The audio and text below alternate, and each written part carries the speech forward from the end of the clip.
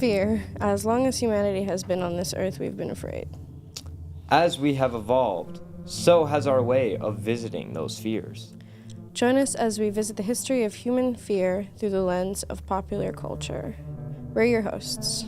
And we're here to talk ghosts. This is the Horror Human. A darkened car park, late at night.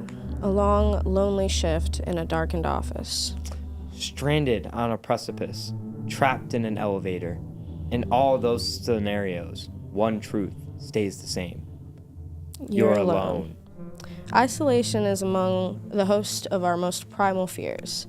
The fear of being alone or being set apart from the majority has been with us for as long as we've existed. I want to discuss some media today that I think really suits our topic of isolation. First of those pieces of media being the 1954 novel by Richard Matheson, I Am Legend.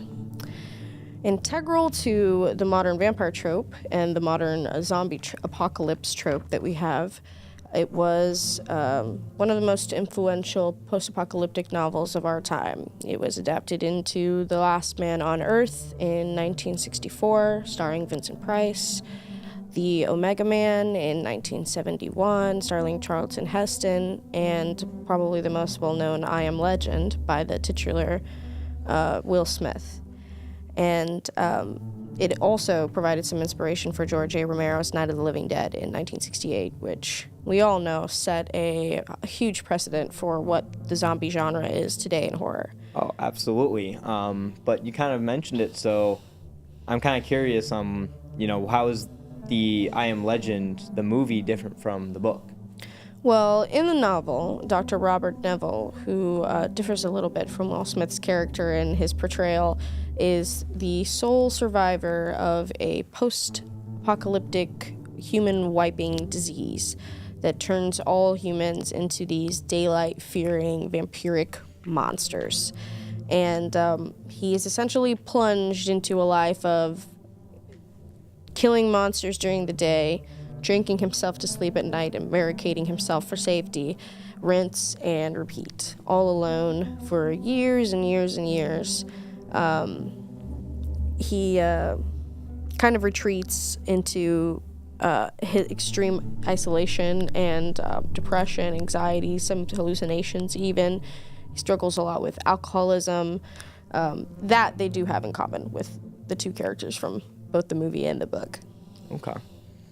And so I imagine and know, obviously, being stranded and left in an apocalyptic world all by yourself has to be a lot of stress.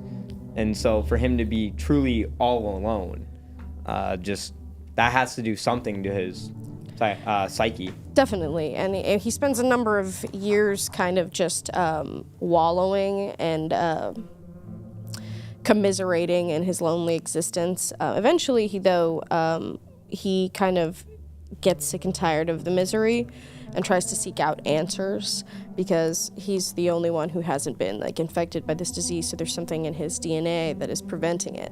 And he finds this library with an abundance of knowledge within it. It becomes a pretty relevant symbology in the book, as he frequently goes to visit it for research reasons. Well, what kind of symbolism and symbology can come from a library? Well, in the book, it kind of stands as a representation of society. A pretty good quote here that I've taken from the text when he discovers the library is, he stood there for a moment, looking around the silent room, shaking his head slowly. All these books, he thought, the residue of a planet's intellect, the scrappings of futile minds, the leftovers, the potpourri of artifacts that had no power to save men from perishing.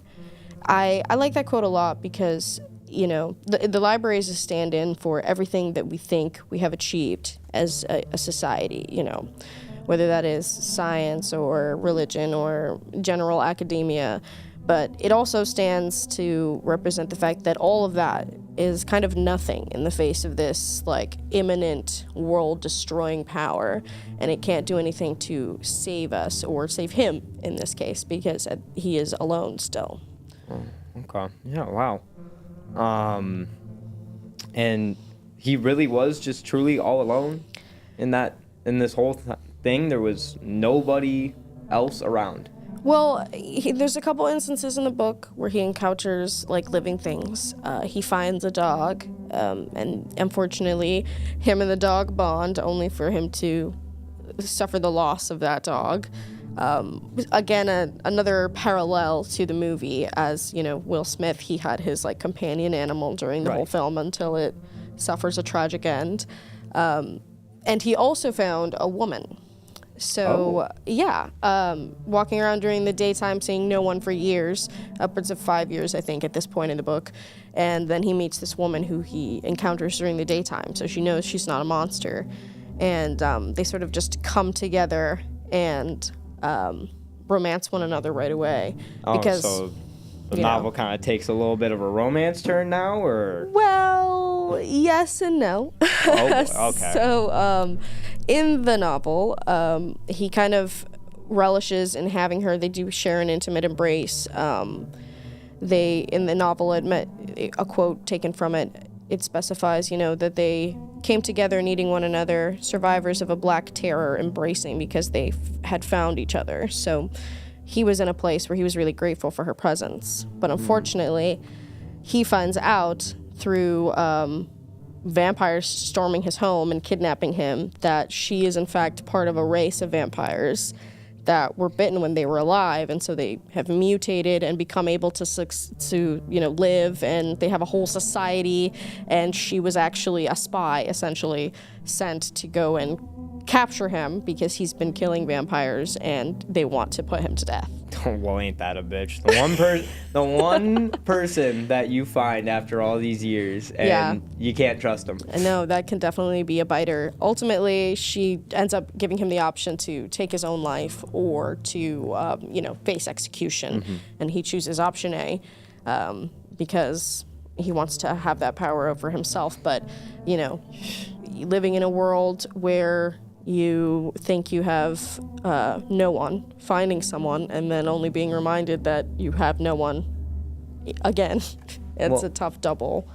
And then to kind of make it quadruple, it's being alone. Initially, you're thinking you're alone in your world, but then to now take it further, and you're the only one, now an alien in someone else's world, in another beings and races world. Definitely.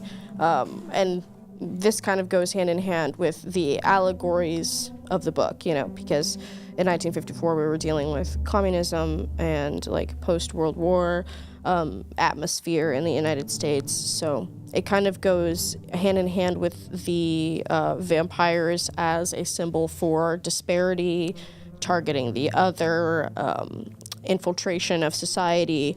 At the time, there was a really big pressure to expose communists, neighbors, celebrities, politicians, anyone who you suspected of communism.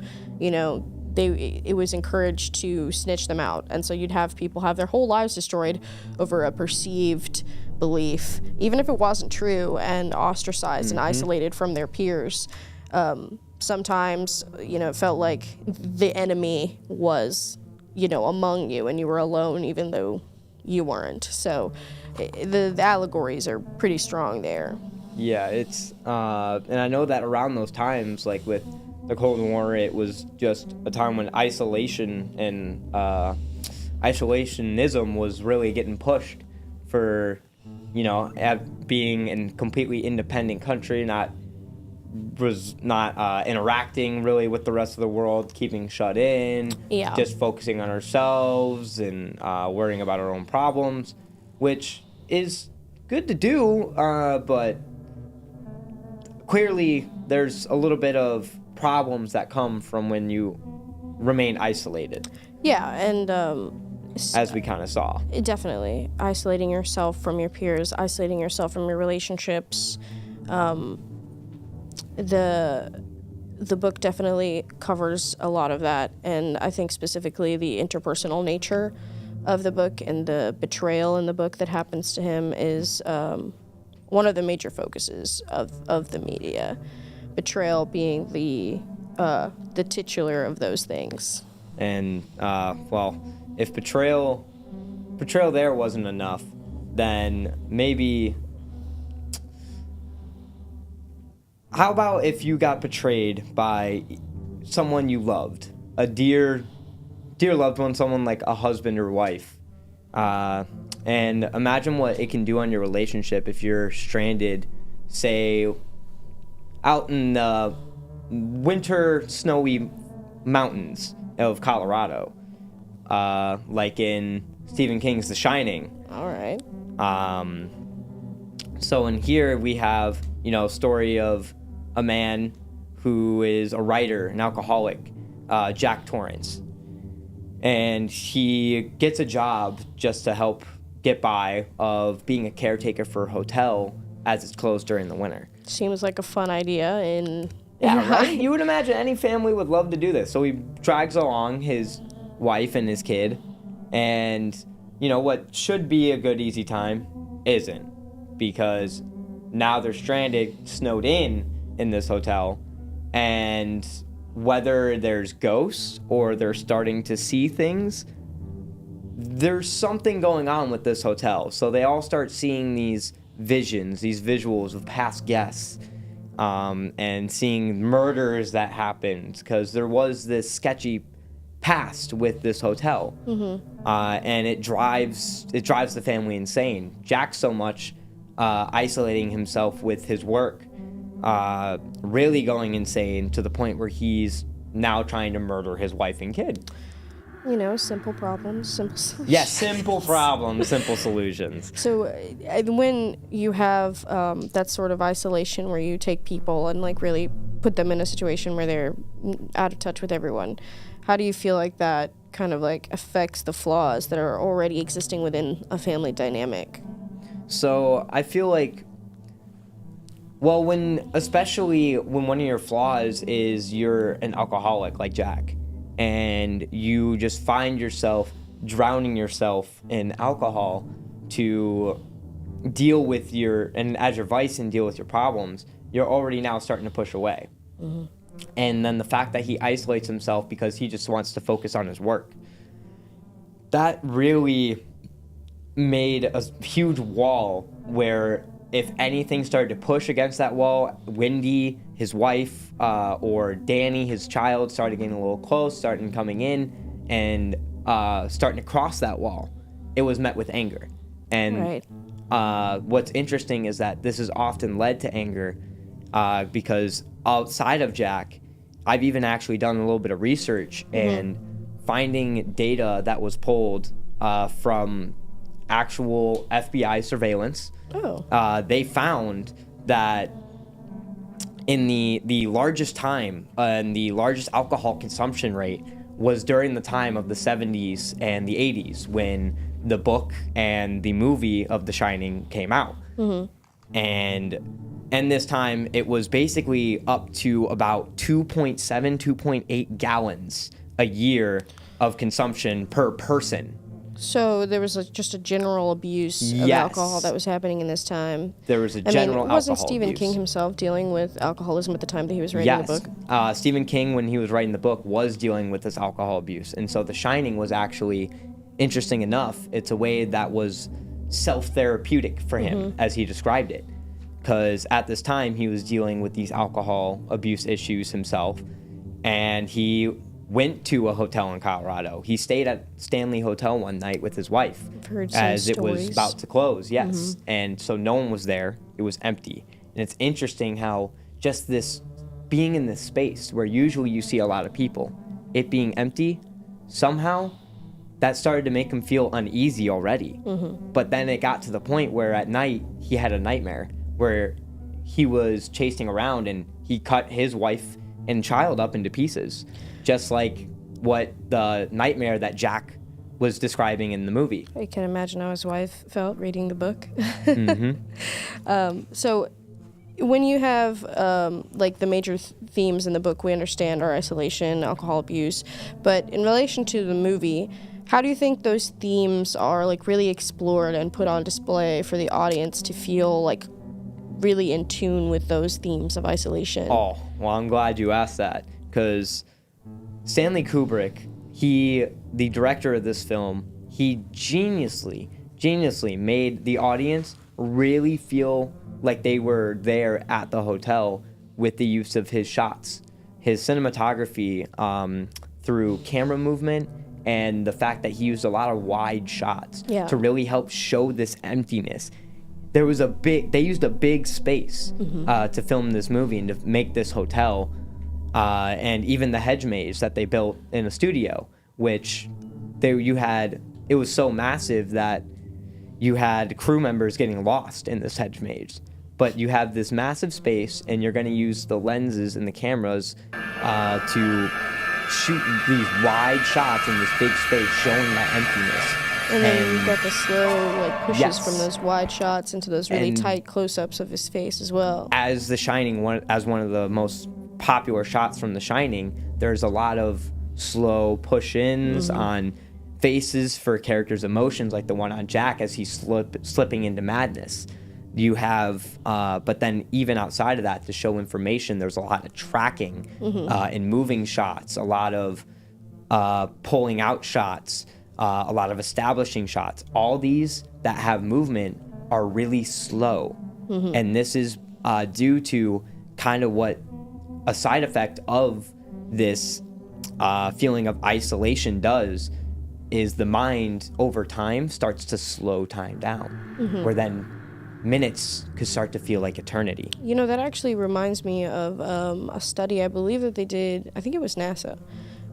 They put a woman underground for several weeks, and she was in complete darkness in like a plexiglass cell. Yeah, it was NASA.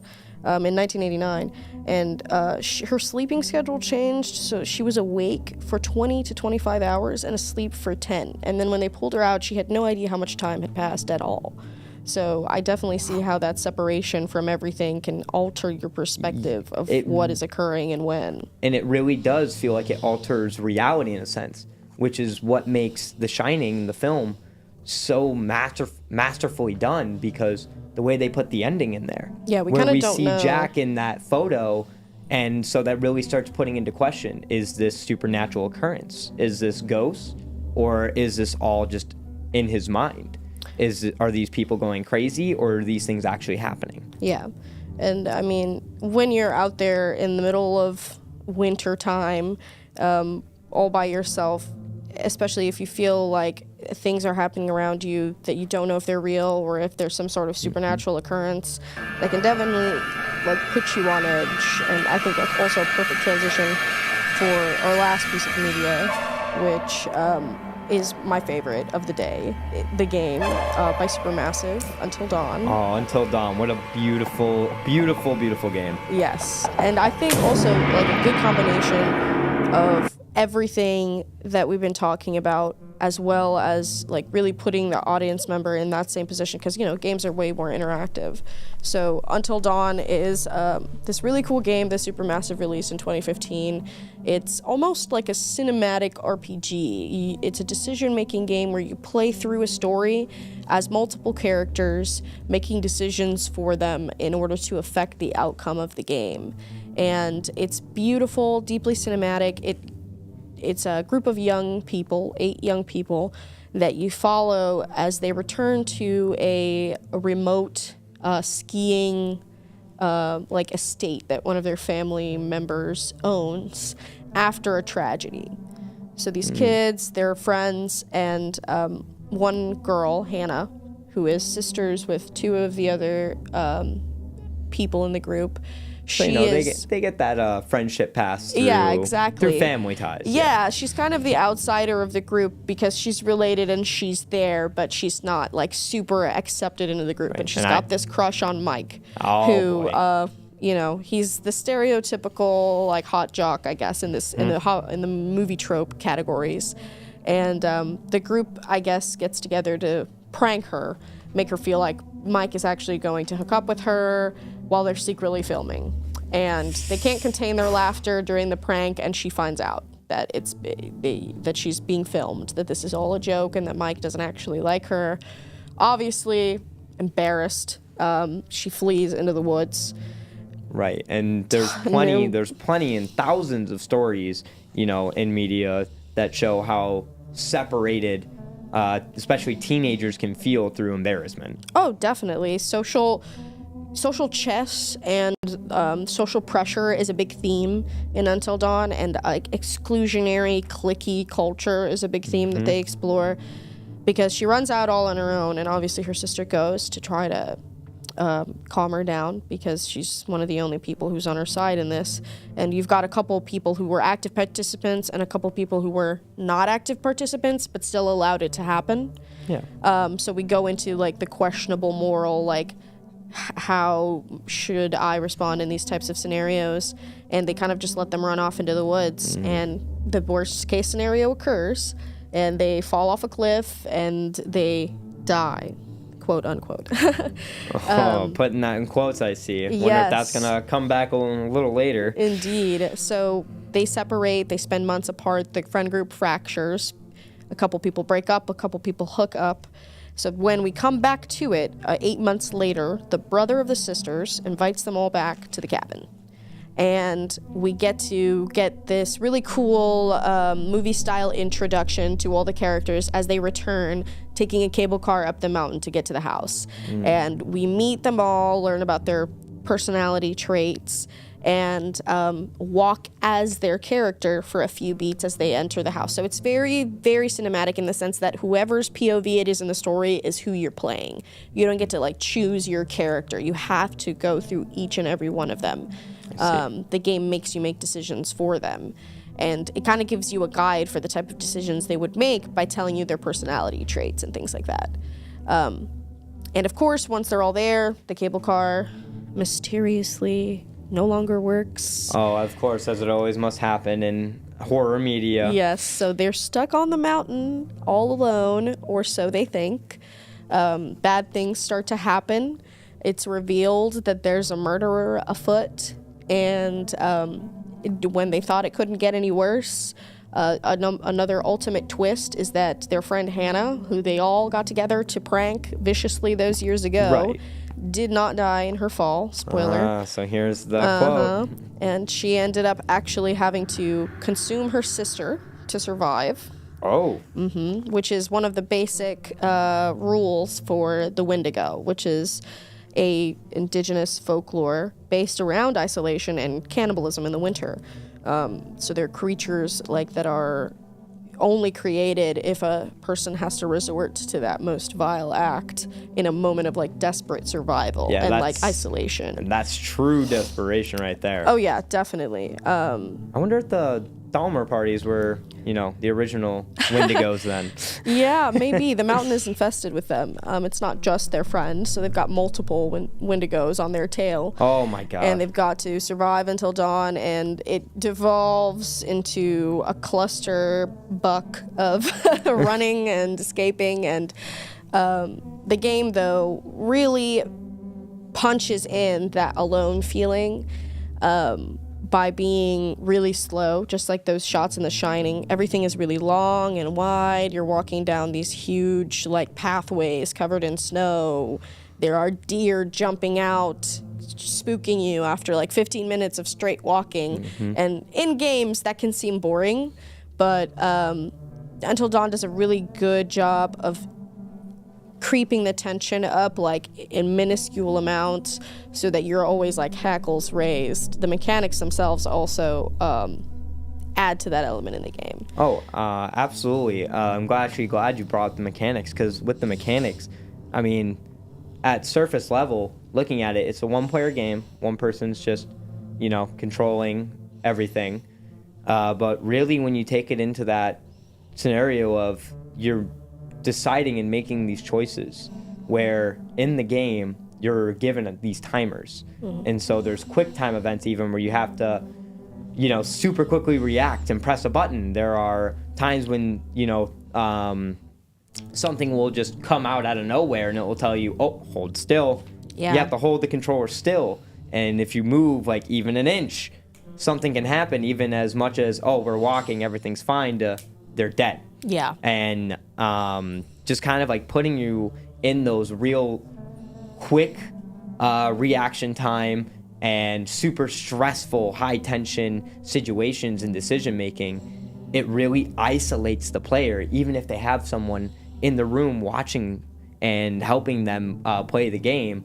It's them at the helm. They have the controller. So they're making decisions. They're the ones that feel this tension, feel this stress. And that's what's putting them now in this isolated position. Yeah. And it's also, I think, a really interesting game because it does this thing that Supermassive does with a couple other games. It isolates you even further from the game that you're playing by putting you outside of the game while you're playing it.